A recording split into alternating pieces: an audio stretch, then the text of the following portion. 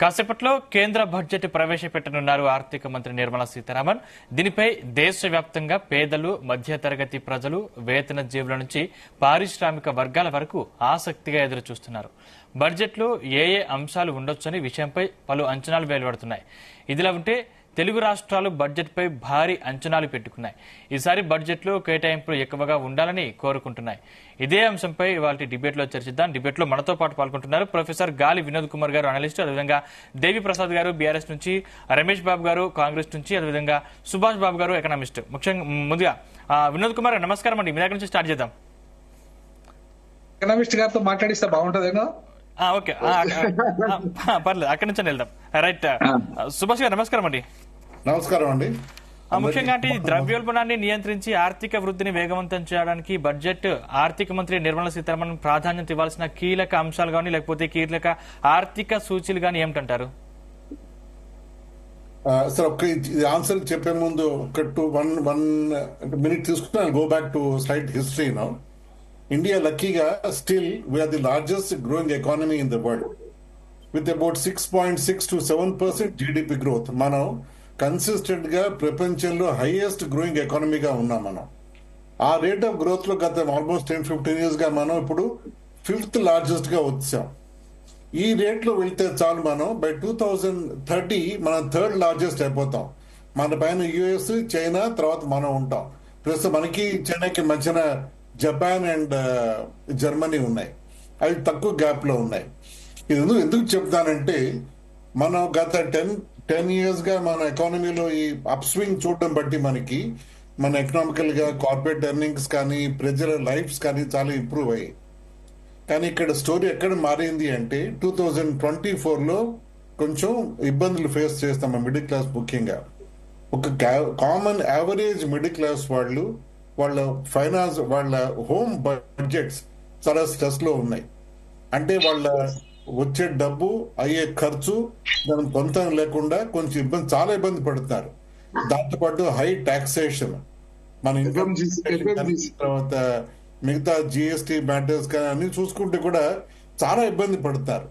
So ఈ situation లో finance minister వాళ్ళు ఏం చేయాలి అంటే సింపుల్ గా ఒకటే అండి, ఇన్ఫ్లేషన్ తగ్గించడానికి ట్రై చేయాలి. మనం ఇన్ఫ్లేషన్ చాలా ఎక్కువగా ఉంది ప్రస్తుతం. ఇప్పుడు ఇన్ఫ్లేషన్ ఎక్కువ ఉంది అంటే దానికి కారణం జాబ్, కార్పొరేట్ ఎర్నింగ్స్. అంటే కార్పొరేట్స్ ఎక్కువ బిజినెస్ చేయలేకపోవడం, వాళ్ళ ప్రాఫిట్స్ రాకపోవడంతో కూడా వాళ్ళు ప్రైసెస్ పెంచడం, తర్వాత జాబ్స్ తీసేయడం, లే ఆఫ్స్, ఇవన్నీ కామన్ గా చూస్తున్నాం మనం. సో దీనితోడు మనకి మన ఫిజికల్ డెఫిసిట్ అంటాం, లేకపోతే కరెంట్ అకౌంట్ డెఫిసిట్, అంటే మన imports are more than our exports. ఎప్పటి నుంచో అనాదిగా వస్తుంది. యాక్చువల్గా ఒక డెవలపింగ్ ఎకానమీకి ఇది కామనే. అంటే మనం ఎగుమతి తక్కువ చేస్తాం, దిగుమతి ఎక్కువ చేసుకుంటాం. మన దిగుమతిలో ముఖ్యమైన కారణం ఆయిల్ మంది. అప్పటికి కూడా మన రష్యన్ ఆయిల్ కొంచెం యాడ్ చేసి మన ఇంపోర్ట్స్ కాస్ట్ తగ్గించుకున్నాం. అయినప్పటికీ కూడా మనం దాదాపు 2.5 to 3% జీడిపి లెవెల్లో ఉన్నాం. మనం ఆ క్యాడ్, కరెంట్ అకౌంట్ డెఫిసిట్ అంటారు దాన్ని. సో ఇవన్నీ చూస్తుంటే డాలర్ ప్రెషర్ అనేది చాలా ఉంది. డాలర్ ప్రెషర్ ఎక్కువ అవడంతో మనం ఇంపోర్ట్స్ కాస్ట్ పెరిగిపోతుంది, డెఫిసిట్ ఇంకా పెరిగిపోతుంది. సో ఇవన్నీ చూస్తే ఫైనాన్స్ మినిస్టర్ ఏం చేయాలి అంటే ఒకటే చేయాలి, మన ఓన్ మ్యానుఫ్యాక్చరింగ్ ని ఇంకా ఇన్సెంటివైజ్ చేయాలి, ఇంకా అట్రాక్టివ్నెస్ పెంచాలి. అది పెంచాలి అంటే వాళ్ళ పిఎల్ఐ స్కీమ్స్, అంటే పెర్ఫార్మెన్స్ లింక్డ్ ఇన్సెంటివ్ స్కీమ్స్ ని వాటిని ఇంకొంచెం వాళ్ళు అట్రాక్టివ్ గా చేసి అప్పుడు కార్పొరేట్స్ ఇంకొంచెం ముందుకు వస్తాయి. అంతేకాకుండా హై ఇంట్రెస్ట్ రేట్స్, మన లెండింగ్ కూడా తగ్గిపోయింది మన దీంట్లో, మన ఎకానమీలో. సో అది కానీ కొంచెం ఫోకస్ పెట్టి బ్యాంక్స్ కు ఒక పుష్ ఇచ్చి మనం ఫైనాన్షియల్ స్టిమ్యులస్ ఇవ్వం. అలాగే మన ఇండియాలో ఆ కాన్సెప్ట్ లేదు. దాంతోపాటు మన బ్యాంక్స్ కొంచెం పుష్ ఇచ్చి ఇంకొంచెం లెండింగ్ పెంచమని సొసైటీలో డబ్బు వచ్చేలా చేయాలి. ఆ డబ్బు వచ్చేలా చేసినప్పుడు ఇన్ఫ్లేషన్ పెరుగుతుంది, కానీ that's easy to manage. Most important, నిన్న ఎకనామిక్ సర్వేలో గవర్నమెంట్ వాళ్ళు get out of the way అని కార్పొరేట్స్ చెప్తున్నాయని గట్టిగా వాళ్ళు రెస్పాండ్ అవుతున్నారు. అంటే మీరు మమ్మల్ని మైక్రో మేనేజ్ చేయొద్దు, మీరు మమ్మల్ని క్లోజ్ గా ప్రతిరోజు మమ్మల్ని ఏం చేయాలి ఏం చేయకూడదు చెప్పడంతో మా ఫ్రీడమ్ ఆఫ్ మూమెంట్ తగ్గిపోయి మేము సరిగా ఆపరేట్ చేయలేకపోతున్నాం. మీరు గవర్నమెంట్ ఏ పాలసీస్ చాలా చేసి మమ్మల్ని వదిలేయండి. So get out of the way is the latest మంత్ర అని అనిపిస్తుంది చూస్తుంటే మన ప్రస్తుతం ఇది. సో ఈ సిచ్యువేషన్ లో ఎకనామిక్ గ్రోత్ పెంచాలి అంటే అఫ్ కోర్స్ గవర్నమెంట్ డీరెగ్యులేట్ చేయాలి. వాళ్ళు తెచ్చిన చాలా కాన్సెప్ట్స్ వాళ్ళు మళ్ళీ రీలుక్ చేసి దాన్ని చేయాలి. And at the ground level income tax మన స్లాబ్స్ ని ఇంకొంచెం సాఫ్టెన్ చేసి మన పర్సనల్ టాక్సేషన్ తగ్గించి ప్రజలకి అనుకూలంగా ఉంటే ఎకనామిక్ స్పెండింగ్, మన ఓన్ స్పెండింగ్ పెరిగినప్పుడు కంపెనీస్ ప్రాఫిటబిలిటీ పెరిగి మనందరం మళ్ళీ go back to happier days which is before 2024 నా ఉద్దేశం అండి. అంటే ముఖ్యంగా అంటే తెలుగు రాష్ట్రాలపై ఈ బడ్జెట్ ఎలా ఉండే అవకాశం ఉందంటారా? ముఖ్యంగా అంటే తెలంగాణకు సంబంధించి హైదరాబాద్ లో మూసీ పునరుజ్జీవనకు సంబంధించి సాయం అందుతుంది అనుకోవచ్చు. అదేవిధంగా ఐటీ రంగాన్ని ఆదుకునేలా చర్యలు ఉంటాయి అనుకోవచ్చా? అలాగే బల్దియా కోరిన 10,000 కోట్లు ఆశించవచ్చు అనుకోవచ్చా? 10,000 కోట్లు ఆశించే విషయం నాకు I'm not two sure how to comment on it అండి. ఐటీ పరంగా చూస్తే ఐటీకి ప్రాబ్లం కి కారణం యుఎస్ఏ. ట్రంప్ తీసుకున్న ఎఫెక్ట్ వల్ల H1B అవ్వచ్చు, అక్కడ అన్సర్టిటీ అవ్వచ్చు, వాళ్ళు ఇన్వెస్ట్మెంట్స్ తగ్గించి వాళ్ళు మన హైరింగ్ తగ్గించి చాలా మంది ఇండియన్స్ వెనక్కి పంపించి వాళ్ళు. సో వాళ్ళు చాలా యుఎస్ వాళ్ళ ఓన్ థాట్స్ వాళ్ళు ఉంటారు. వాళ్ళ దేశాన్ని వాళ్ళు ఎప్పుడు వాళ్ళు పెంచుకొని ట్రై చేస్తారు వాళ్ళు. దాన్ని మనం ఏం చేయలేం. దాని చుట్టూ మనం మేనేజ్ చేసుకో తప్ప వాళ్ళని మనం ఇది చెప్పి ఏం చేసుకోలేం. సో ఐటీ రంగంలో నా ఉద్దేశంలో 25 కూడా బాగా సబ్డ్యూడ్ గా ఉంటుంది. సో దేర్ ఫోర్ మన తెలంగాణకి డెఫినెట్ గా ఇబ్బందికరంగానే ఉంటుంది. ఐటీ పరంగా చూస్తే ఐటీ ఎంప్లాయీస్ చాలా మంది కొత్త ఉద్యోగం ట్రై చేస్తూ ఉంటారు, లేకపోతే ఎకానమీ కొంచెం ఎఫెక్ట్ అవుతుందని నా పర్సనల్ ఒపీనియన్ అండి. రైట్. వినోద్ కుమార్ గారు నమస్కారం అండి. నమస్తే. మొత్తం మీద ఆర్థిక శాఖ మంత్రి నిర్మలా సీతారామన్ 8వ ప్రవేశపెడుతున్న బడ్జెట్ ఇది. అదేవిధంగా నరేంద్ర మోదీ 3వసారి ఎన్నికైన తర్వాత తొలి పూర్తిస్థాయి బడ్జెట్ ఇది. దీంట్లో ముఖ్యంగా బడ్జెట్ వచ్చిందంటే మధ్యతరగతి కుటుంబాలు ఎదురు చూసేది పన్ను సవరణల గురించే. ఈసారి ఆదాయ పన్ను విషయంలో ఏదైనా విప్లవాత్మకమైన మార్పులు ఉండే అవకాశం ఉందంటారా? తప్పకుండా ఉంటదండి. ఎందుకంటే ఇప్పుడు వాళ్ళు జమిలీ ఎలక్షన్స్ పోవాలంటే ఖచ్చితంగా ఇప్పుడున్న బడ్జెట్ ని సరళీకరించడమే వాళ్ళకు లక్ష్యం. ఎందుకంటే మధ్యతరగతికి బెనిఫిట్ చేయకుండా వాళ్ళు జమిలీ ఎన్నికల్లో పోతే లాభం ఉండదు. కాబట్టి ఎట్టి పరిస్థితుల్లో మధ్యతరగతిని దృష్టిలో పెట్టుకుని ఇంక్లూజివ్ ఎకనామిక్స్ అంటున్నారు వాళ్ళు, ఇంక్లూజివ్ గ్రోత్ అంటున్నారు. అంటే inclusive economics and inclusive growth లోనే మధ్యతరగతి కాన్సెప్ట్ ఉంటుందండి. అది లేకుండా కేవలము క్యాపిటలిస్ట్ లో మాత్రమే, పెట్టుబడిదారులకు మాత్రమే ఉపయోగపడే విధంగా పన్ను విధానం కానీ, లేదంటే ఆ ట్యాక్స్ వాళ్ళ యొక్క పథకాల విధానాలు కానీ ఉండవు. ఖచ్చితంగా ఇంక్లూజివ్ గ్రోత్ లో ఈ సామాన్యుని దృష్టిలో పెట్టుకుని ఖచ్చితంగా పన్ను విధానం కానీ, పాలసీ విధానం కానీ ఉంటది. అయితే ఇంకా చాలా మార్పులు రావాల్సింది ఏంటంటే, భారతదేశంలో నిన్ననే మాజీ ఆర్బీఐ గవర్నర్ ఒక మాట అన్నారు. ఇప్పుడు ఈ దేశంలో ఉచితాలు అనేటివి పూర్తిగా ఇట్లా ప్రజలని సోమరిపోతుల్లాగా, లేదంటే ప్రజలని ఎప్పుడు పాలకుని మీద ఆధారపడే విధంగా కాకుండా ప్రజలు సస్టైనబుల్ డెవలప్మెంట్ ఆధారంగా వాళ్ళు బతికే విధంగా తయారు చేయాలని చెప్పేసి దానిని కంప్లీట్ గా సమర్థిస్తా. ఎందుకంటే ఇవాళ ఒక వైపేమో 1,00,000 రూపాయల కిలో బియ్యం పెట్టి కొనే స్థాయికి కొన్ని కమ్యూనిటీస్ ఎదిగితే, రిచ్ మ్యాన్ ఎదిగితే, అసలు రూపాయికి కిలో బియ్యం కొనే పరిస్థితులలో ఇప్పటికీ ఇంకా సమాజం 2 రూపాయల కిలో బియ్యం కొనే పరిస్థితులలో సమాజం ఉంది. అంటే 98% సమాజంలో 50% సమాజము దాని మీదనే ఆధారపడ్డది. అంటే నీ గ్రోత్, ఇంక్లూజివ్ గ్రోత్ అనేది నువ్వు 1,00,000 రూపాయలు పెట్టి బియ్యం కొనే స్థాయికి, లేదా 1,000 రూపాయలు పెట్టి బియ్యం కొనే స్థాయికి కొత్త కమ్యూనిటీ ఎదిగితే, నువ్వు 2 రూపాయల కిలో బియ్యం స్థాయికి మెజార్టీ ప్రజలు 2 రూపాయల కిలో బియ్యం మీద ఆధారపడితే ఈ దేశం అభివృద్ధి చెందినట్లయితే, ఈ గ్రోత్ అనేది ఎప్పుడు కూడా క్యాపిటలిస్ట్ గ్రోత్ మనం చూస్తూ జీడిపిని లెక్కలేస్తున్నాం. Common man growth, capitalist growth కాకుండా కామన్ మ్యాన్ గ్రోత్ తో జీడిపి లెక్కలేయాలి. సో జీడిపి లెక్కలన్నీ కూడా క్యాపిటలిస్ట్ గ్రోత్ తోనే జరుగుతున్నాయి ఇప్పటిదాకా. అందుకే ఈ దేశంలో హంగర్ ఇండెక్స్ లో మనం ఎక్కడ ఉన్నాము, 120 స్థానంలో ఉన్నాము. అంటే అర్థమైంది, మనం పేదరికంలో సొమాలియా కంటే వెనుకబడ్డాం. సొమాలియా అనేది ప్రపంచంలో బాగా వెనుకబడ్డ దేశము, అది కూడా ఆఫ్రికన్ కంట్రీస్ లో. అంతకంటే వెనుకబడ్డ దేశం భారతదేశము. పక్కకున్న భూటాన్ కంటే వెనుకబడ్డ దేశంగాను, బంగ్లాదేశ్ కంటే వెనుకబడ్డ దేశంగాను ఉంది. అంటే అర్థమైంది, మనము ఆర్థికంగా అంటే ఈ దేశము ఇవాళ 5th లార్జెస్ట్ ఎకానమీలో ఉన్నప్పటికీ కూడా ఆ లార్జెస్ట్ ఎకానమీ ఎవరి చేతిలో ఉంది? కొంతమంది చేతుల్లో, బడా పారిశ్రామికవేత్తల చేతుల్లో మాత్రమే ఉంది లార్జెస్ట్ ఎకానమీ అంతా.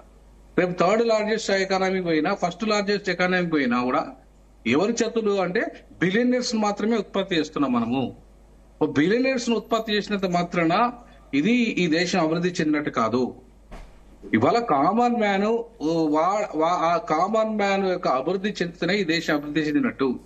సో కామన్ మ్యాన్ అభివృద్ధి దిశగా ఇవాళ అడుగులు పడట్లేదు పూర్తి స్థాయిలో. ఇంక్లూజివ్ గ్రోత్ కూడా పేరుకే ఉంటుంది తప్ప ఆ ఇంక్లూజివ్ గ్రోత్ లో పాలసీ అంతా కూడా క్యాపిటలిస్ట్ ఓరియంటెడ్ పాలసీలు తయారవుతున్నాయి తప్ప కామన్ మ్యాన్ ఓరియంటెడ్ పాలసీలు లేవు.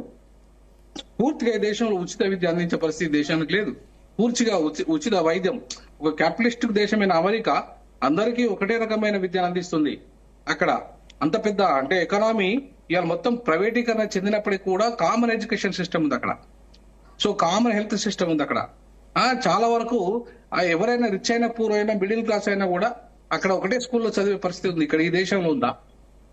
ఈ దేశంలో ఇంత ఇప్పుడు మనము సోషలిస్ట్ ఎకానమీలో ఉన్నాం. ఇంకా కూడా అంటే సోషలిస్ట్ ఎకానమీ ఇప్పుడు క్యాపిటలిస్ట్ ఎకానమీ మిక్స్డ్ ఎకానమీలో ఉన్నప్పటికీ మనము ఇవాళ ఆ ఎకానమీ అనేది మిక్స్డ్ ఎకానమీలో కూడా మనం ఎక్కడ ఉన్నామంటే క్యాపిటలిస్ట్ ఓరియంటెడ్ ఎకనామిక్ పాలసీలోనే ఉన్నాం తప్ప ఒక ఈరోజు ప్రవేశపెడుతున్న బడ్జెట్ వల్ల బీజేపీ రాజకీయ స్థితిని ప్రభావితం చేసే అవకాశం ఉందంటారా? ఖచ్చితంగా ఉంది.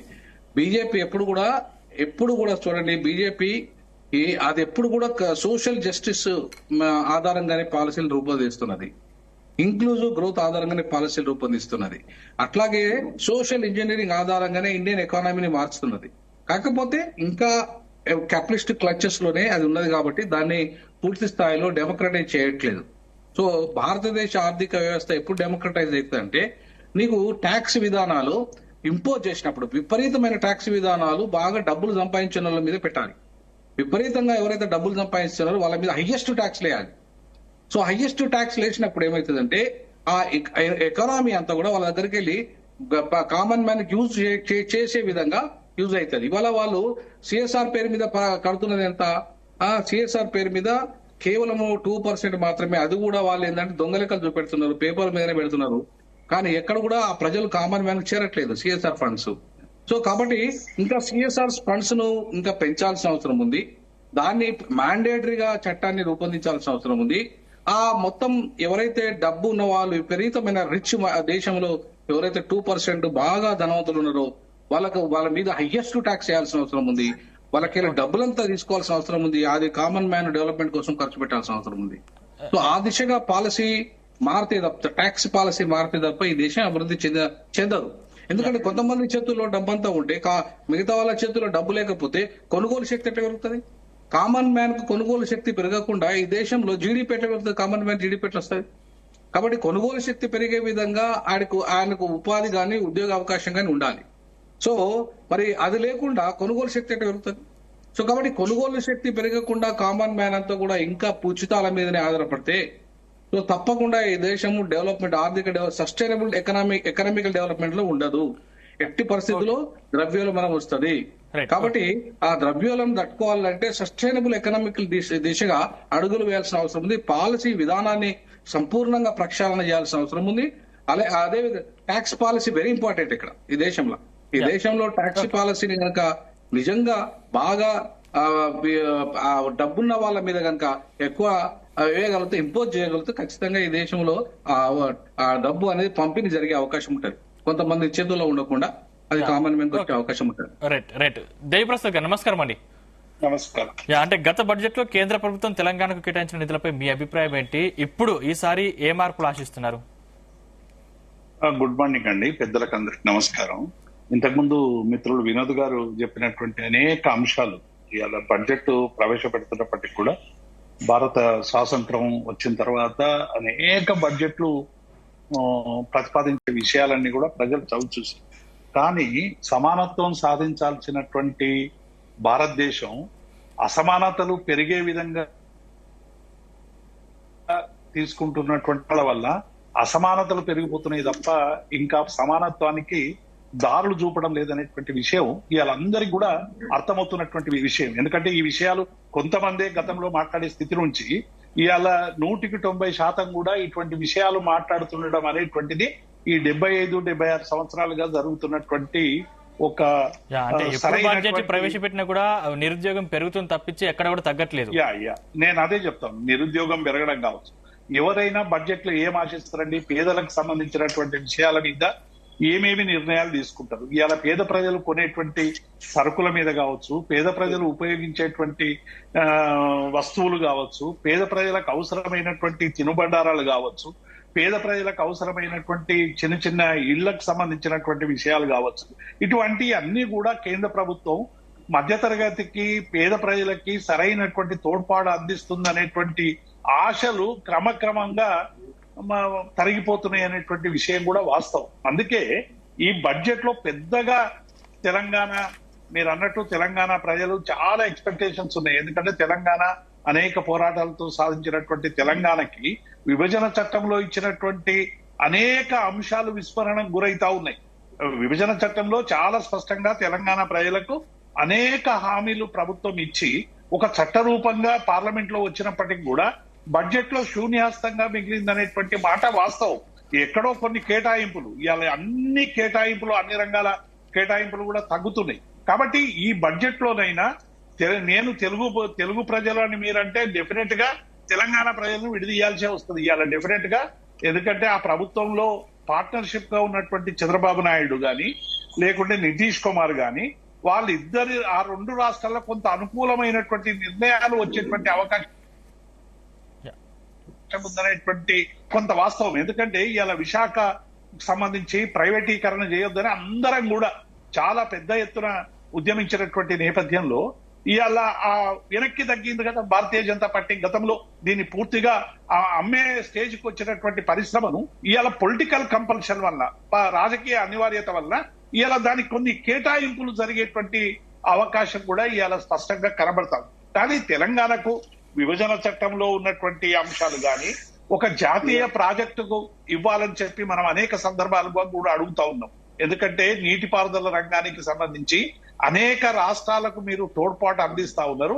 కనీసం పాలమూరు ప్రాజెక్టుకైనా లేకుంటే డిండి ప్రాజెక్టుకైనా లేకుంటే ఇతర ఏ ప్రాజెక్టుకైనా ఏ ఒక్క ప్రాజెక్టుకైనా ఇవాళ ఇవ్వాల్సినటువంటి అవసరం ఉందని చెప్పినప్పటికీ కూడా ఇవాళ అటువంటి పరిస్థితి లేదు. ఎన్ఆర్ఈజీఎస్ కు వ్యవసాయ రంగానికి అనుసంధానం చేసే విధంగా మార్పులు తీసుకురావాలి, కేటాయింపులు చేయాలని కూడా మనం అనేక సందర్భాల్లో అడిగినాం. వాటికి సంబంధించినటువంటి చర్చ లేదు. కాబట్టి ఇవాళ ఇంత లార్జెస్ట్ హైయెస్ట్ గ్రోయింగ్ ఎకనామిక్ గా 5th గా ఉన్నప్పటికీ కూడా ఇవాళ తెలంగాణ ప్రజలకి బడ్జెట్ లో ఏమొస్తుంది అనేటువంటి విషయం మీద చూస్తే అది దాదాపు రిక్తహస్తం తప్ప పెద్దగా ఒరిగేదేమీ లేదు అనేటువంటి ఒక భావన కలిగే విధంగా ఇవాళ కనబడతా ఉంది. రెండవది ఇవాళ ఉద్యోగులందరికీ కూడా ఇంతకుముందు వినోద్ గారు చెప్పినట్టు హైయెస్ట్ పేడ్ వాళ్లకు లోయెస్ట్ పేడ్ వాళ్ళకి ఒకే రకమైనటువంటి కటింగ్స్ కనబడతా ఉన్నాయి. మీరు 10 లక్షలకు పైన ఉన్నటువంటి వాళ్లకు, మధ్యతరగతి ఉద్యోగులకి ఇవాళ 30% ట్యాక్స్ ఇస్తా ఉన్నారు. ఈ 30% ట్యాక్స్ సంవత్సరానికి ఉద్యోగులకు 2 నెలల వేతనం కూడా ఇన్కమ్ ట్యాక్స్ రూపేణ పోతున్నటువంటి సందర్భాన్ని చూస్తా ఉన్నాం. సింగరేణి కార్మికులు మేము పొద్దంతా కూడా చెంబాసం పట్టుకొని తవ్వుతాము, మాకు కనీసం ఐటీ ఎగ్జంప్షన్ ఇవ్వండి అని కూడా అనేక సందర్భాల్లో అడిగినా దానికి ఇప్పటి వరకు కేంద్రం వైపు చూడనటువంటి నేపథ్యాన్ని కూడా చూసినాం. ఇలా ఇంకా రకరకాలుగా చాలా విషయాలు ఇందులో ఇమిడి ఉన్నాయి. రాష్ట్ర ప్రభుత్వం కూడా 40,000 కోట్లు కావాలని రేవంత్ రెడ్డి గారు రకరకాలుగా ప్రతిపాదించినట్టు కూడా అర్థమవుతా ఉంది. కాబట్టి ఈ బడ్జెట్ లో తెలంగాణకు సంబంధించినటువంటి బ్యాక్వర్డ్ డిస్ట్రిక్ట్స్ కు సంబంధించి కానీ, ప్రతి జిల్లాకు ఒక నవోదయ స్కూల్స్ వచ్చేటువంటి విషయాలు కానీ, అట్లాగే రైతులను ఆదుకునే విధంగా అనేక కార్యక్రమాలు కానీ ఇవన్నీ కూడా ఉండాలి. ఇవన్నీ ఏమైతే ఏందనేది నిర్మలా సీతారామన్ గారి బడ్జెట్ తర్వాత మనం స్పందిద్దాం. Right right. రమేష్ గారు నమస్కారం అండి.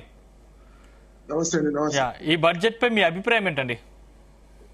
ముఖ్యంగా ఇప్పుడు వినోద్ గారు చాలా మంచి పనులు చెప్పారు. సామాన్యులకు ముఖ్యంగా మధ్యతరగతి చిన్న వ్యాపారులు, చిరు వ్యాపారులు అందరూ కూడా చాలా ఇబ్బందుల్లో ఉన్నారు. పేదవాళ్ళు పూర్తి స్థాయిలో ఇంకా క్షీణించిపోయే పరిస్థితి ఉన్నారు. ద్రవ్యోల్బణము పెరిగే పరిస్థితి ఉంది. మీరు ఎంత జీడిపి పెంచుకున్నా దానికి మూలము మీరు ఇండస్ట్రీ సెక్టార్ కానీ, కార్పొరేట్ కంపెనీస్ కానీ అది సంబంధించినంత వరకే పరిమితమైనట్టుంది. ముఖ్యంగా ఇప్పుడు సిఎస్ఆర్ ఫండ్స్ కూడా ఎకనామీ పరిస్థితులను కూడా తారుమారు చేసే పరిస్థితుల్లో అది కూడా కొంత దాని మీద కూడా ఏకాగ్రత సాధించాల్సిన అవసరం ఉంది. అది కూడా అభివృద్ధి తీసుకుపోయే విషయంలో వాళ్ళు కూడా తప్పుడు లెక్కలు చూపించుకుంటూ ప్రభుత్వాలను ఇబ్బంది పాల్చేస్తారు. ముఖ్యంగా సామాన్యులపై దృష్టి సాధించడం అంటే ఎట్లా అంటే, ఈ రోజు ప్రభుత్వము ఏ మధ్యతరగతి కుటుంబం పోయి ఆర్థికంగా ఒక బియ్యము, పప్పు, ఉప్పులు తప్పితే వేరే ఏది కొనుగోలు చేయాలన్నా చాలా ఇబ్బంది పడే పరిస్థితుల్లో ఈ దేశం ఉంది. దాన్ని గమనించాల్సి ఉంది. ముఖ్యంగా మీరు ఎఫ్ఎంసీజీలో నేను మొన్న చూశాను, దానిలో పూర్తి స్థాయిలో మధ్యతరగతి కుటుంబానికి కొనుగోలు చేసే స్తోమత గాని ఆర్థిక పరిస్థితులు గాని లేవనేది మాత్రం ఘంటాపదంగా చెప్పాం. దేశ అభివృద్ధి నేనేమంటున్నా, అంతకుముందు పివి గారు గాని మన్మోహన్ సింగ్ గారు తీసుకున్న ఆర్థిక విధానాల వల్ల ఈ రోజు ఈ స్థాయికి వచ్చిందనడానికి పూర్తి స్థాయిలో అద్దం పట్టినట్టు కనబడుతుంది. ఆనాడు వేసిన పునాదే ఈనాడు మనకు ఫలితాలు లభిస్తా ఉన్నాయి. దాన్ని కేవలం కార్పొరేట్ కంపెనీస్ కు పరిమితం కాకుండా సామాన్యుల మీద దృష్టి సాధిస్తుంది. ఈ రోజు చూడండి, విద్యా విధానంలో కూడా మనం ఆర్థికంగా ఎదగాల్సిన అవసరం ఉంది. అదే విధంగా ఈ రోజు ఉద్యోగ విషయాల్లో కూడా చాలా కేంద్రీకరించాల్సిన అవసరం ఉంది. ప్రభుత్వం పన్నుల విషయంలో కూడా మధ్యతరగతి కుటుంబాల మీద చాలా ఎగ్జంప్షన్ చేయాల్సిన అవసరం ఉన్నది. వాళ్ళు ఈ రోజు ఒక ఇంటిని నడపాలంటే ఎన్నో ఇబ్బందులు, ఈ రోజు దానికి సమతుల్యంగా లేదు. ఇప్పుడు ₹1,00,000 సంపాదించిన కొనుగోలు మీరు చేసే విషయానికి వచ్చే వరకు నలుగురున్న కుటుంబం కూడా నడిచే పరిస్థితి లేదు. ఆ పరిస్థితిని అధిక ధరలను కూడా మనం కంట్రోల్ చేసిన అవసరం ఉన్నది.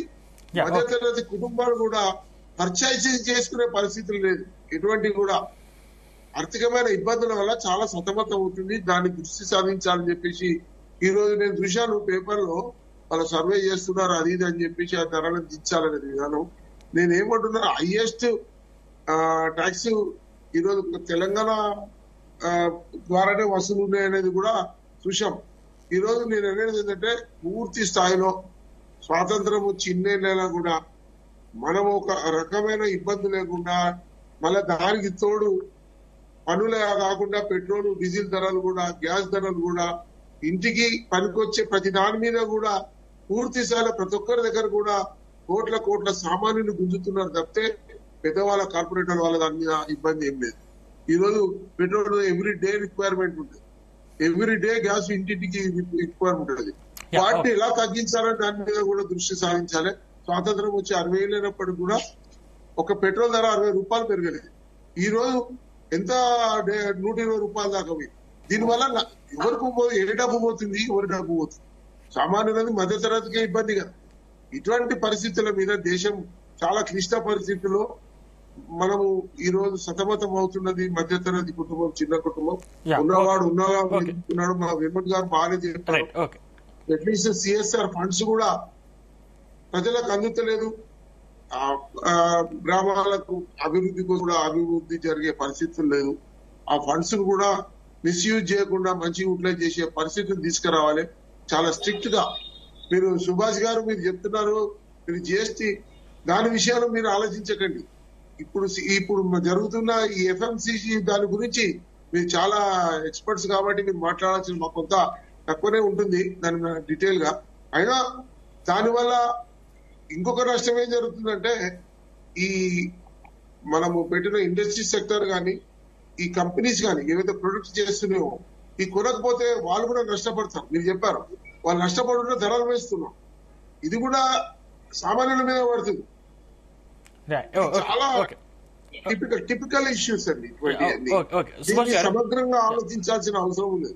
ఇది ఏ రాష్ట్రమైన ప్రభుత్వాలైనా ఎకనామిస్టులు వీటి మీద స్పందించాల్సిన అవసరం. అందరూ కూడా ఒక మంచి ఇష్యూను ప్రజల ముందు ప్రభుత్వం ముందు ఉంచాల్సిన అవసరం ఉన్నది. ఇంకోటి ఏంటంటే, ఇప్పుడు ఆసుపత్రికి పోదామంటే ఆ హై రేట్స్ అయితే హైలీ ఇంపాసిబుల్ కామన్ మ్యాన్ కూడా దాన్ని కూడా నియంత్రించాల్సిన అవసరం ఉన్నది. ఆసుపత్రిలో ఒక రూట్ అంటే ఇంతే, ఇక ప్రిస్క్రిప్షన్ ఫీజు ఇంతే, డాక్టర్ కన్సల్ట్ చేసి ఇంతే, ఈ ఆపరేషన్ చేసి ఇంతే డైరెక్ట్ గా ప్రభుత్వాలు ముందుకు వచ్చి చేయాలి. అది చాలా ఇంపార్టెంట్. అన్ని విషయాల్లో నేను అనేది ఈ విషయం కాదు, ప్రతి విషయంలో కూడా ప్రభుత్వ జోక్యం ఉండాలి. ఈ రోజు లేకుంటే చాలా ఇబ్బంది పాలే పరిస్థితి ఉందని చెప్పేసి కూడా యా, నేను మాట్లాడతాం. ఓకే ఓకే సుభాష్ గారు, అంటే రైట్, అంటే ద్రవ్యోల్బణం పెరుగుతుంది, పెరిగిపోతూనే ఉంది. అంటే ఇలాంటి తరుణంలో డాలర్ తో పోలిస్తే రూపాయి విలువ ఎలా ఉండనుంది? డాలర్తో పోల్చి రూపాయి విలువ ఇంకా ఇంకా డిప్రిషియేట్ అవుతుందండి. ఇందా నేను చెప్పినట్టు మన ఇంపోర్ట్స్ డెఫినెట్ గా ఎక్కువ అవుతున్నాయి. యుఎస్ డాలర్ చాలా స్ట్రాంగ్ అవబోతోంది. మన ఇండియా నుంచి చాలా డాలర్స్ వెళ్ళిపోతున్నాయి యుఎస్ కి, బికాజ్ ఆ ఎకానమీలో వాళ్ళకి ఇన్వెస్టర్స్ కి బెనిఫిట్ కనిపిస్తోంది.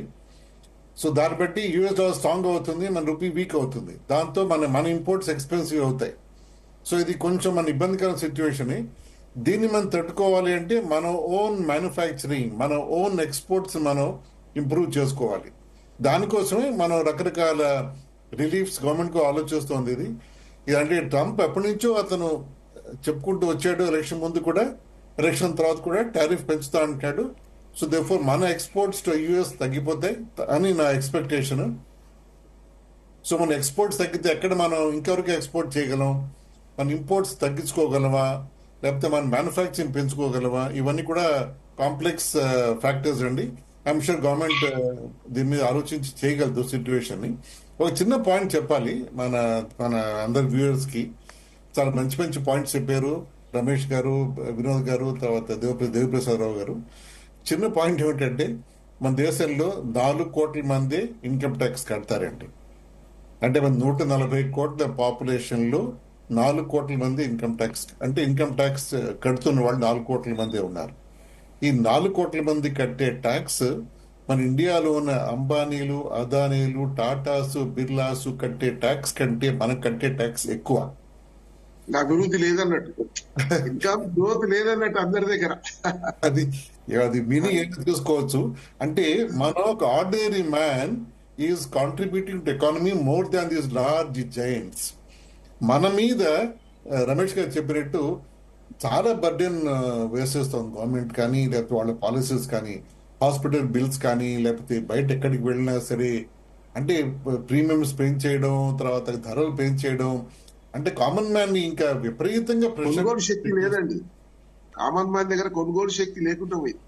అదేనండి. దాంతో ఇండస్ట్రీ సెక్టర్ కూడా దెబ్బలే.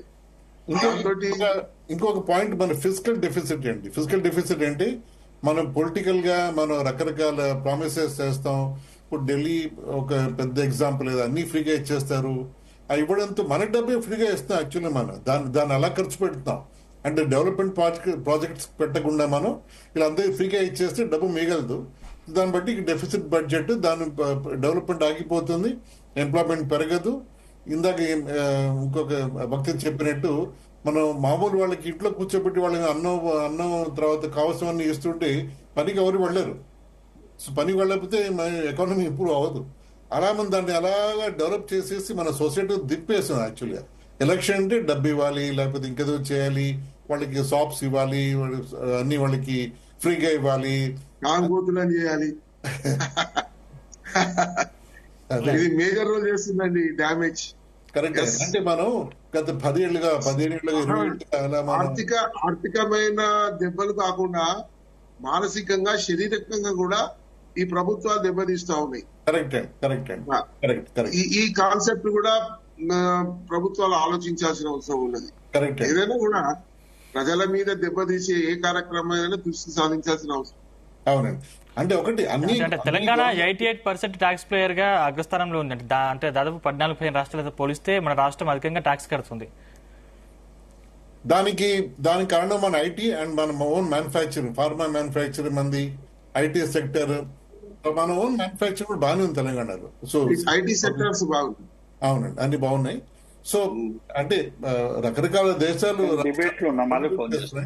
కానీ అది కూడా డిబేట్ లో ఉన్నా యూనిఫామ్ స్ప్రెడ్ లేదు మనకి. చాలా రాష్ట్రాలు యావరేజ్ కంటే తక్కువ ప్రొడ్యూస్ చేస్తున్నాయి. అంటే అది ఎక్కడ ఫ్యామిలీలో ఉన్నప్పుడు కొంతమంది బాగుంటారు, కొంతమంది వీక్ గా ఉంటారు. అందరినీ తీసుకుని వెళ్ళాలి యాజ్ అ టీమ్ మన దేశం అది. సో వాళ్ళు వీక్ గా ఉందని చెప్పి మనం వాళ్ళని బ్లేమ్ చేయలేము. ఎటొచ్చి వాళ్ళు వీక్ గా ఉండబట్టి వాళ్ళు ఎలా స్ట్రెంగ్థెన్ చేయాలని ఆలోచించారు గవర్నమెంట్ వాళ్ళు కూడాను. కానీ నా ఉద్దేశంలో అన్ని గవర్నమెంట్ చేయలేదు, మనం సొసైటీలో ఉన్నాం. సో మనం మన పట్ల ఏం చేయగలం, మనం ఎలా మన చుట్టూ ఎవరిని ఎంకరేజ్ చేయగలం అని మనం అది కూడా ఆలోచించాలి. అప్పుడే సొసైటీ కింద నుంచి ఇందాక వినోద్ కుమార్ చెప్పినట్టు ఇంక్లూజివ్ గ్రోత్ అక్కడి నుంచే వస్తుంది. గవర్నమెంట్ పైనుంచి పెడితే ఒక రకంగా వస్తుంది, అందరూ ఇన్వాల్వ్ అయ్యి గ్రో అయితే ఇంక్లూజివ్ గ్రోత్ లాంగ్ సస్టైన్డ్ గా లాంగ్ టర్మ్ గా వస్తుంది నా ఉద్దేశంలో.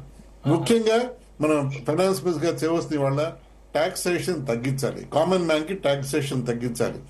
దానికి నేను మోడీ గారు హింట్ ఇచ్చారు. I hope it becomes reality today. ఏమాత్రం బెనిఫిట్ వచ్చినా అది సెంటిమెంట్ పాజిటివ్ గా ఉండి మనకి మన స్పెండింగ్ పెరుగుతుంది, ప్రజలు కొంచెం. నేను 1 minute సార్. చెప్పండి. ఇప్పుడు మార్కెట్ కి వెళ్ళాలి, బయటకు వెళ్ళాలంటే బండి బైక్ కావాలి, కార్ కావాలి, కామన్ బండి వెళ్ళాలనుకున్నది. బయటకు వెళ్ళాలి టూల్ గేట్స్ తో సహా. ఎక్కడ పోయినా బయటకు వెళ్తే జోబులు ఖాళీ అయ్యే పరిస్థితి కామన్ మ్యాన్ కి. ఇవి కామన్ మ్యాన్ కి ఎగ్జామ్షన్ చేయాలి. అంటే ఈసారి ఆశాజనకంగా ఉన్నట్టు కూడా నరేంద్ర మోదీ నిన్న ప్రతిపాదించారు. చూద్దాం ఈ రోజు ఏం జరుగుతుందో. నేను ఏం చేశానంటే ఇటువంటి అని అంటే ఒకటే కాదు, బయటకు వెళ్తే కార్ పార్క్ చేసినా వాటిని ఇంపోజ్ అవుతున్నాయి, సైకిల్ మోటార్ పార్క్ చేసినా బండలో ఫైన్ పడుతుంది. ఇటువంటి చాలా రకరకాల ఇన్పుట్లు పెట్టుకున్న పరిస్థితులు.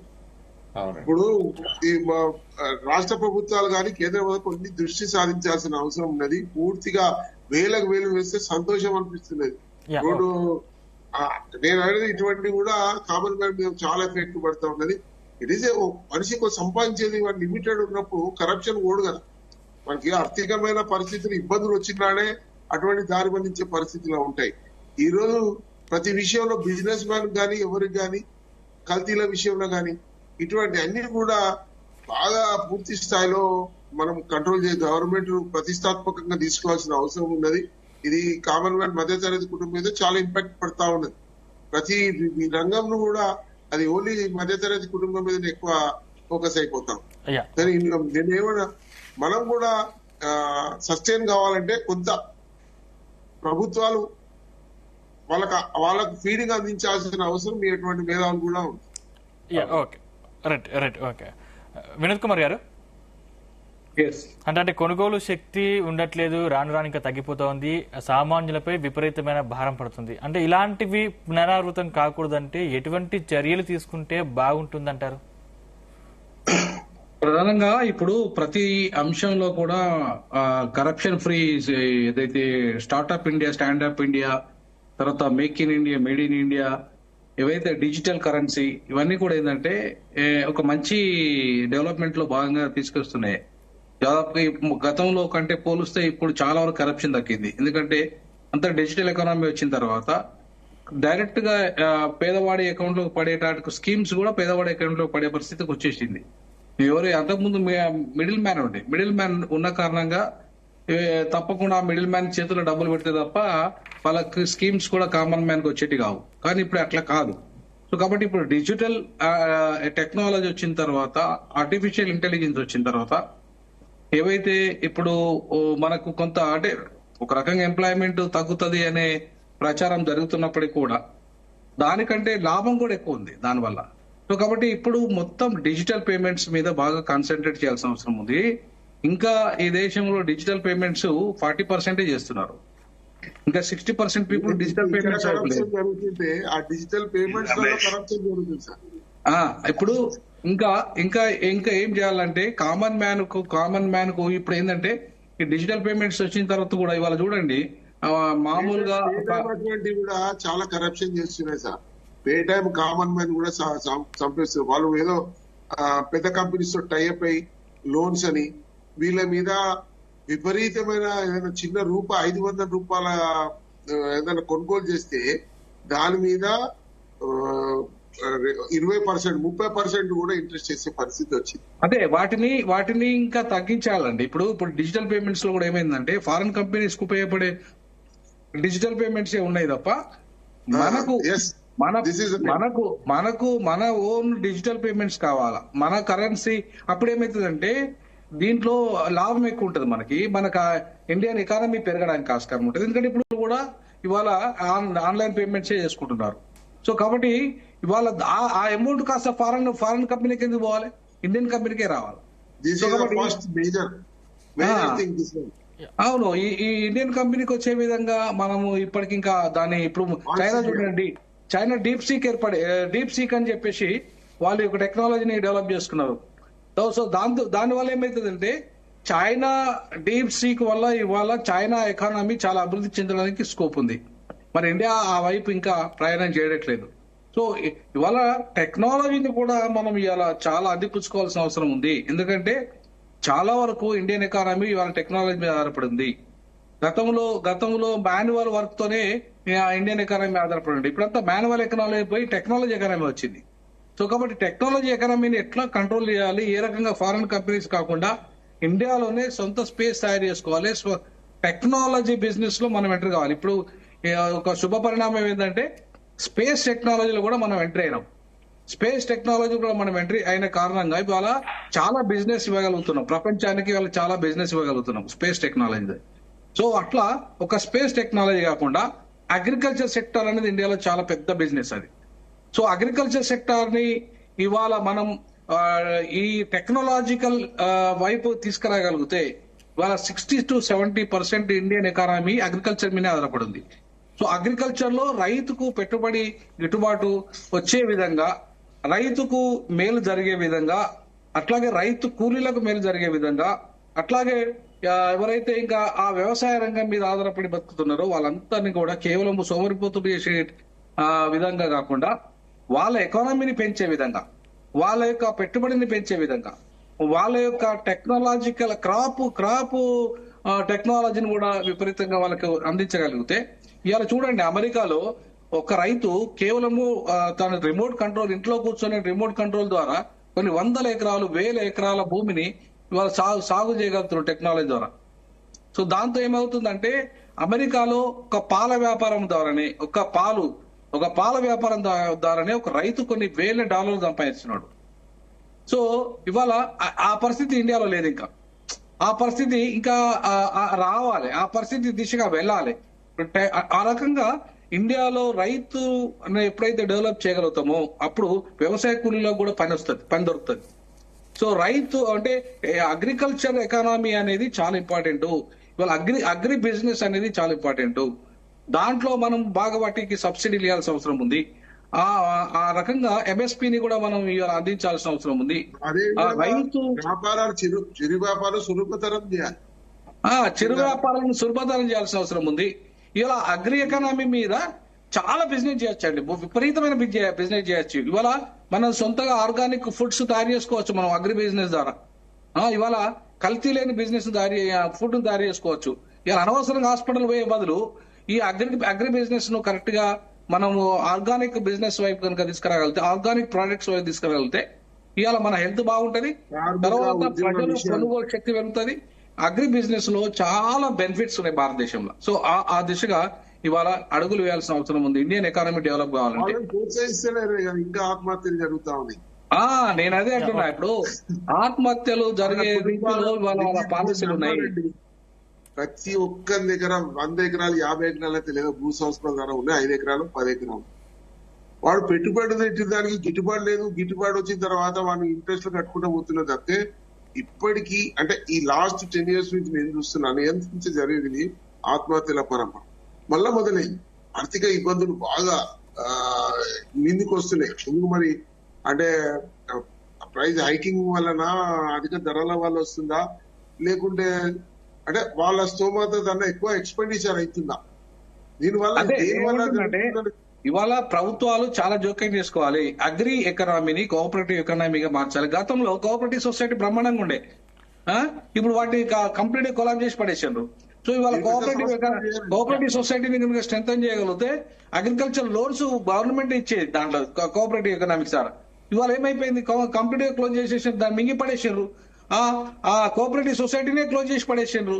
ఇవాళ ఏమైపోయింది, ఎవడో ప్రైవేట్ పెట్టుబడిదారుల దగ్గర పోయి అత్యధిక వడ్డీకి ఇవాళ డబ్బులు తీసుకోవాల్సిన పరిస్థితి రైతుది. సో కాబట్టి ఇవాళ రైతు పెనుభారం అయిపోతుంది ఆయనకు. సో కాబట్టి రైతు ఎప్పుడైతే ఈ దేశంలో ఆయన కొనుగోలు శక్తి పెరగగలుగుతుందో, వ్యవసాయ కూలీలకు ఎక్కడైతే వాళ్ళకి ఇన్కమ్ వస్తుందో అప్పుడు వాళ్ళు ఇవాళ కొనుగోలు శక్తిగా మారుతుంది. ఇవాళ ఒక బియ్యం ₹2 కిలో బియ్యం కొనాల్సిన పరిస్థితి ఉండదు. అప్పుడు ఏమైతుంది, మంచి క్వాలిటీ బియ్యాన్ని కూడా ఒక పేద రైతు తింటాడు, పేద వ్యవసాయకులు కూడా తినే స్థితి వస్తుంది, కొనుక్కొని తినే స్థితి వస్తుంది. దాన్ని కల్పించకుండా నేను ₹2 కిలో బియ్యం ఇస్తాను. అవును, ఇవాళ ముక్కిపోతుంది. ఇవాళ చాలా వరకు గోడౌన్స్ లలో దాదాపు 30% ఏవైతే ఉత్పత్తి ఉందో అది సముద్రంలో పడేస్తున్నారు. దాన్ని పడేసే బదులు ఆ సముద్రంలో పడేసే ఫుడ్ ఏదైతే ఉందో ఆ ఫుడ్ పేద ప్రజలకు పంచగలిగే స్థితి ఉండాలి. దానికి మంచి క్వాలిటీ ఉన్నప్పుడు అది ఖరాబ్ కాకముందే దాన్ని పేద ప్రజలు కొనుగోలు చేసే స్థితి ఉండాలి. అనవసరంగా ఇవాళ డిస్ట్రిబ్యూటివ్ సిస్టమ్ కరెక్ట్ గా లేదు. ఒక డిస్ట్రిబ్యూటివ్ సిస్టాన్ని కరెక్ట్ గా చేయలేదు. ఒక డిస్ట్రిబ్యూటివ్ సిస్టమ్ కరెక్ట్ గా ఉంటే ఈ దేశంలో పండిన పంట ఇట్లా వేస్ట్ అయిపోదు, సముద్రం పాలు అయిపోదు. కాబట్టి ఇవాళ సరైన డిస్ట్రిబ్యూటివ్ సిస్టాన్ని డెవలప్ చేసుకుంటూ ఇండియన్ ఎకనామీని డెవలప్ చేసుకునే విధానాలని ఇవాళ ఖచ్చితంగా ఏవైతే పాలసీలు రూపొందిస్తున్నామో మనము ఆ పాలసీలను అమలు చేసే విధంగా ఉంటే శక్తి కామన్ మ్యాన్ పెరుగుతాయి. దేవిప్రసాద్ గారు, పెట్టుబడులను కూడా ఇప్పుడు ఇవాళ సరే బడ్జెట్లు ఇవాళ మనకు కొత్తగా, ఇది కొత్త బడ్జెట్ కూడా కాదు, తరతరాలుగా వస్తున్నటువంటి బడ్జెట్. ఆ బడ్జెట్ లో మనం బడ్జెట్ ముందు చర్చ పెడతాం. రమేష్ అన్న ఆగే. ఇప్పుడు కాంగ్రెస్ పార్టీ గాని భారతీయ జనతా పార్టీని సుదీర్ఘకాలం అధికారంలో ఉన్న పార్టీ కేంద్రంలో ఈ బడ్జెట్ల పర్యవసనం ఎట్లా ఉందో మనం అందరం కూడా మధ్యతరగతి ప్రజలు ఇంకా మాకు ఇల్లు కావాలి, ఇంకా మనకు గూడు కావాలి, ఇంకా ఫ్రీ కావాలి, ఇంకా రకరకాల రాయితీలు కావాలని, ఇంకా మనకు అనేక చట్టాలు కావాలి, అనేకం కావాలని ఇంకా అనేక పోరాటాలు జరుగుతున్నటువంటి నేపథ్యాన్ని కూడా చూస్తా ఉన్నాం. కాబట్టి ఈ బడ్జెట్ లో శ్రామికులకు గాని, మధ్యతరగతి ఉద్యోగులకు గాని, లేకుంటే నిత్యం ఏదో కామన్ మ్యాన్ ఉన్నాడు, ఇవాళ ఏమైందండి, ఒక 1000 రూపాయలు కూలి తెచ్చుకుంటే అందులో ట్యాక్స్ మనకు తెలియకుండానే ట్యాక్స్ మనం ఏదైనా కొనుక్కుంటే 200-300 రూపాయలు పోయే రకరకాలుగా పోతా ఉంటుంది అన్న. మనకు తెలియదు అన్న ట్యాక్స్ ఉంటుందని చెప్పి ప్రతి దానిలో ఇలా ట్యాక్స్ మిళితమైంది. పేదలు 100 కష్టపడి కూలీ చేస్తే కూలి మీద కూడా ఇలా ట్యాక్సులు చెల్లించేటువంటి పద్ధతి వస్తుంది. పేరుకేమో స్లాబ్స్ ఉన్నాయి. కామన్ మ్యాన్ కు 1000 రూపాయలు కూలి నెలకు సంపాదించిన వాళ్ళకైనా 3000 సంపాదించిన వాళ్ళకైనా ట్యాక్స్ పే చేస్తాయి ఈ దేశంలో. ఇంతకుముందు గణేష్ గారు ఆ విషయాన్ని చెప్పకనే చెప్పింది. కాబట్టి ఈ విధానాలు పోవాలండి. పోయి డెఫినెట్ గా మధ్యతరగతికి, శ్రామికులకి కొంత వెసులుబాటు కలిగించేటువంటి అంశాలు తీసుకురావాలి. ఈ బడ్జెట్ లో తెలంగాణ ప్రయోజనాలు ఇలా చాలా ముఖ్యమండి. విభజన చట్టంలో ఇచ్చినటువంటి అంశాలు గాని, లేకుంటే ఇలా రాష్ట్ర ప్రభుత్వం పెట్టినటువంటి అంశాలు గాని, విద్య మీద తీసుకొచ్చినటువంటి అంశం గాని, ఇవాళ సంక్షేమం మీద, మహిళా సంక్షేమం మీద కూడా ఇవాళ అంగన్వాడీలో ఆశాలకు సంబంధించినటువంటి దాని మీద ఇవాళ మహిళా, అందులో కేంద్ర ప్రభుత్వానికి సంబంధించినటువంటి ఉంటది. రాను తగ్గించి ఇలా రాష్ట్రాల మీద పెనుభారం మోపేటువంటి ప్రయత్నం కూడా ఇలా చేస్తా ఉంది. ఫెడరల్ స్ఫూర్తికి విరుద్ధంగా వాళ్ళకు నచ్చిన రాష్ట్రాలకే బడ్జెట్లు పెంచేటువంటి ప్రయత్నం చేస్తా ఉంది. కాబట్టి ఈ విధానాల మీద చర్చ జరిగి డెఫినెట్ గా ఇవాళ భారతదేశంలో అంతర్భాగమైనటువంటి తెలంగాణకు ఎక్స్క్లూసివ్ తెలంగాణ బడ్జెట్ కాకుండా ఇన్క్లూసివ్ తెలంగాణ బడ్జెట్ ఉండే విధంగా ఇలా కేంద్ర బడ్జెట్ రావాలని మేము డిమాండ్ చేస్తున్నాం. రైట్ సుభాష్ గారు, మీరు చివరిగా కంక్లూడ్ ఇవ్వండి. అంటే ఈ బడ్జెట్ పై 2 తెలుగు రాష్ట్రాలు కూడా చాలా భారీ ఆశలు పెట్టుకున్నాయి. అంటే ఈ బడ్జెట్ లో మన రాష్ట్రాలకు ఆశించిన మేర ఫలితాలు వస్తాయి అనుకోవచ్చా? నా ఉద్దేశంలో వస్తాయి. అంటే ప్రత్యేకంగా మన రాష్ట్రం మీద మోడీ గారు గవర్నమెంట్ వాళ్ళు చేస్తారని అనే విషయం పక్కన పెడితే ఓవరాల్ గా మన చాలా ఇంపార్టెంట్ స్టేట్స్ మన దేశంలో, మనం ఏపీ కానీ తెలంగాణ కానీ లక్కీగా మనం పొలిటికల్ కూడా బాగా అలైన్ అయి ఉన్నాం సెంట్రల్ గవర్నమెంట్ తో. సో దేర్ ఫోర్ మన అన్ని ఫ్యాక్టర్స్, అన్ని పీసెస్ మనకి రైట్ గా సెట్ కాంబినేషన్ ఉన్నా నా గట్టి నమ్మకం అండి. లాస్ట్ గా చెప్పాలంటే ఇండియా చాలా మంచి స్టేజ్ లో ఉన్నాం. మనం ఇందాక అందరూ అన్నట్టు రకరకాల ప్రాబ్లమ్స్ మనం ఫేస్ చేస్తున్నాం. రాయితీలు అవ్వచ్చు, ప్రజలు అవ్వచ్చు, అన్ని అవుతున్నాయి. కానీ మనం 5th లార్జెస్ట్ అయ్యాం, మనం 3rd లార్జెస్ట్ అవుతాం గత వెరీ సూన్ 3-4 years లో మనం. సరే, ఇందాక బంగ్లాదేశ్, నేపాల్, భూటాన్ అన్నాం. అవి చిన్న దేశాలు, వాళ్ళకు ఉండే ప్రాబ్లమ్స్ చిన్నవి. వాళ్ళకు ఒక తుఫాన్ వస్తే వాళ్ళ ఎకానమీ మొత్తం షేక్ అయిపోతుంది వాళ్ళకి. మన ఎకానమీ బ్రాడ్ బేస్డ్ గా ఉన్నాం. మహా యుఎస్ ఎకానమీయే ఒక ఎన్విడియా అంటే టెక్నాలజీ స్టాక్స్ ఆ డీప్ సీక్ వల్ల మొన్న $1 trillion పడిపోయింది వాళ్ళ S&P ఇండెక్స్ వాళ్ళది. అంటే వాళ్ళ మాక్సిమం ఎకానమీలో హైయెస్ట్ కాంట్రిబ్యూషన్ టెక్. అంటే అక్కడ కూడా మొత్తం డైవర్సిఫైడ్గా లేదు ఎకానమీ. ఇండియా చాలా బాగా ఉన్న మంచి పొజిషన్లో ఉన్నాం మనం. మన మ్యానుఫ్యాక్చరింగ్, ఫార్మా, అగ్రికల్చర్, తర్వాత సర్వీసెస్, ఎక్స్పోర్ట్స్, ఫైనాన్షియల్ సెక్టర్, అన్ని సెక్టర్స్ మనం బాగా గ్రో అవుతున్నాం. నా ఉద్దేశంలో we're very very good wicket. Only we need good governance and good understanding of the common man's problems అండి. సో మీ క్వశ్చన్ కి ఎస్, నా expectation double tick for Telangana Andhra Pradesh అండి. Over to you. Right, thank you అండి. Thank you Subhash గారు, thank you Kumar గారు, thank you Prasad గారు. ఒక నిమిషం మమ్మల్ని కూడా మాట్లాడలేదు. తెలంగాణ రేపు గవర్నమెంట్ బీజేపీ కావాలంటే కూడా ఖచ్చితంగా తెలంగాణకి ఇవ్వాల్సిందే. తెలంగాణకి ఇవ్వకుండా ఉండరు ఎట్టి పరిస్థితుల్లో. ఇక్కడ తెలంగాణ బీజేపీ అధికారులకు రావాలంటే. కీలకమైన కొన్ని విషయాలలో ప్రభుత్వాలకు అతీతంగా ప్రజల క్షేమము, దేశ క్షేమాన్ని దృష్టిలో పెట్టుకొని కొన్ని పాలసీలు తీసుకురావాలండి. కొంత ఏంటంటే స్వార్థపూరితంగా కొన్ని చేస్తున్నాయి, కానీ కొన్ని విషయాలలో కాంగ్రెస్ పార్టీ ఎన్నడూ కూడా స్వార్థపూరితంగా చేయలే. కేవలం అంచెలంచెలుగా చర్చ వద్దన్న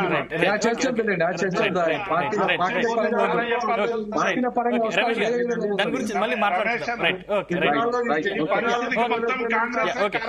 right, thank you Vinod Kumar గారు, థ్యాంక్ యూ దేవి ప్రసాద్ గారు, థ్యాంక్ యూ రమేష్ గారు, థ్యాంక్ యూ సుభాష్ గారు, థ్యాంక్ యూ అండి. చర్చలో మాతో పాటు పాల్గొన్నందుకు ధన్యవాదాలు. మొత్తం మీద ఇవి ఈ రోజు డిబేట్ లోని అంశాలు. చూస్తూనే ఉండండి జీ తెలుగు న్యూస్, నిజాం నిక్కచ్చిగా.